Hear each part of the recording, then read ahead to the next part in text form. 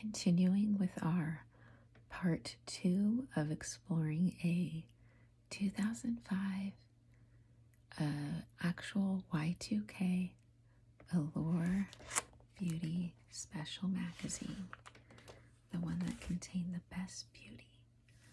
I'm going to skip around a bit. We will get to the best of beauty probably in the third installment of this series, but I really want to focus on the stuff that really drives home that this is from 2005.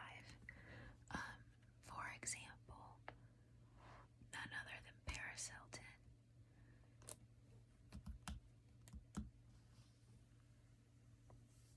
She was incredibly popular in the early 2000s.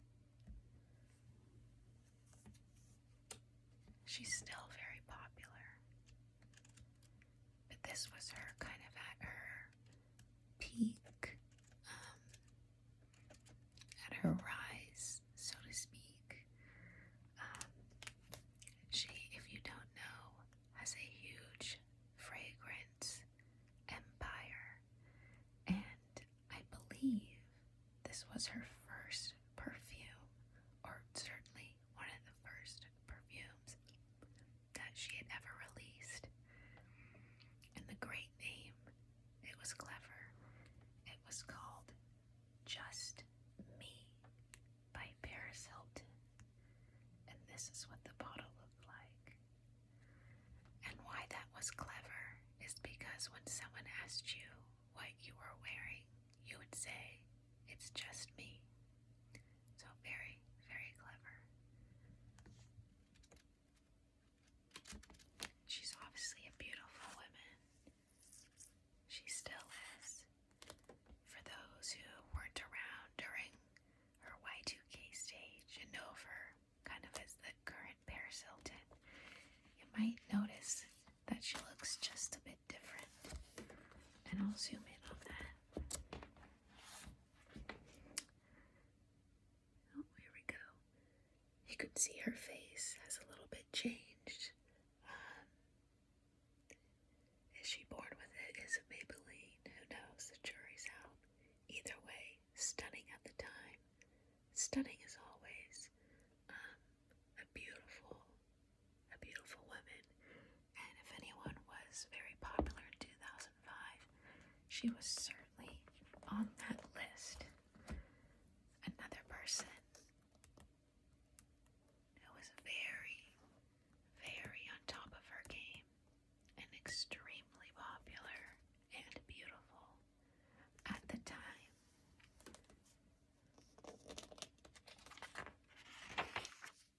It will be no big surprise.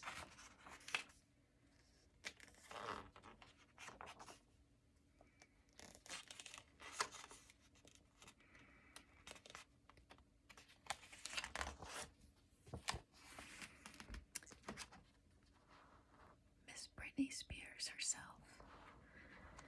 She, of course, was extremely popular in 2005. She's still referred to as the Princess of Pop today. But 2005 was a very good year for Britney Spears. Again, for those who are younger and you unfortunately didn't get to witness when she was at her prime, this is when she was at her prime. This was before any sort of breakdown or any of that. She was very much respected and essentially a sex icon. She started her own fragrance empire, which became incredibly popular and incredibly sought after, and there's been multiple iterations. So you may notice this type of bottle has been used in many of her different perfume campaigns.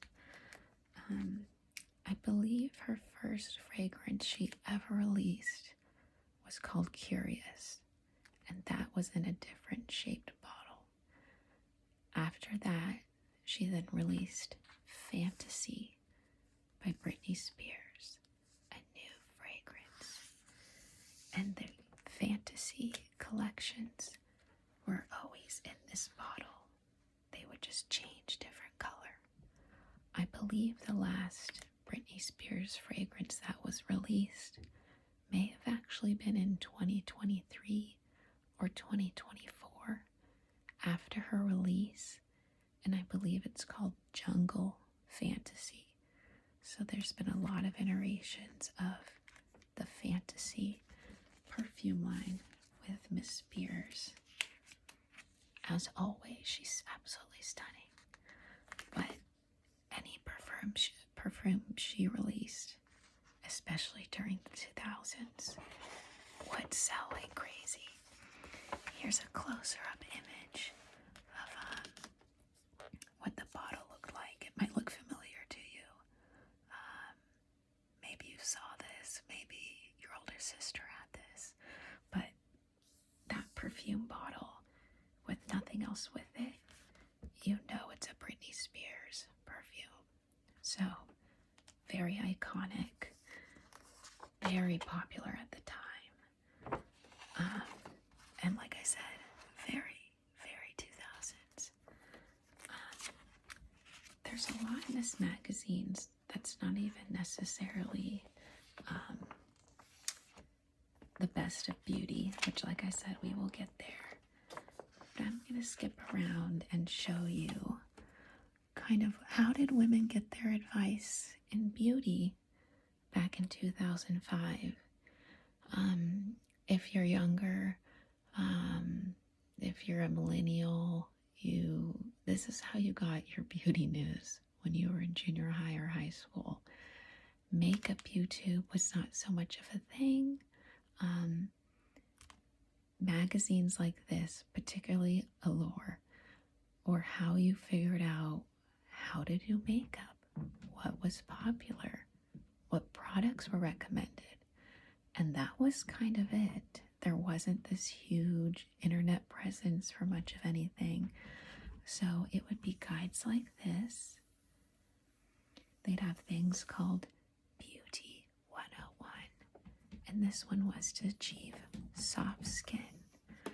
And so it would explain to you, as you can see, how to exfoliate, how to moisturize, and how to fortify to help, in this instance, dry, flaky skin.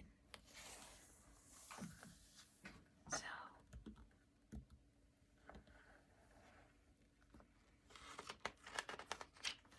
this is how people learned how to do things back in the day.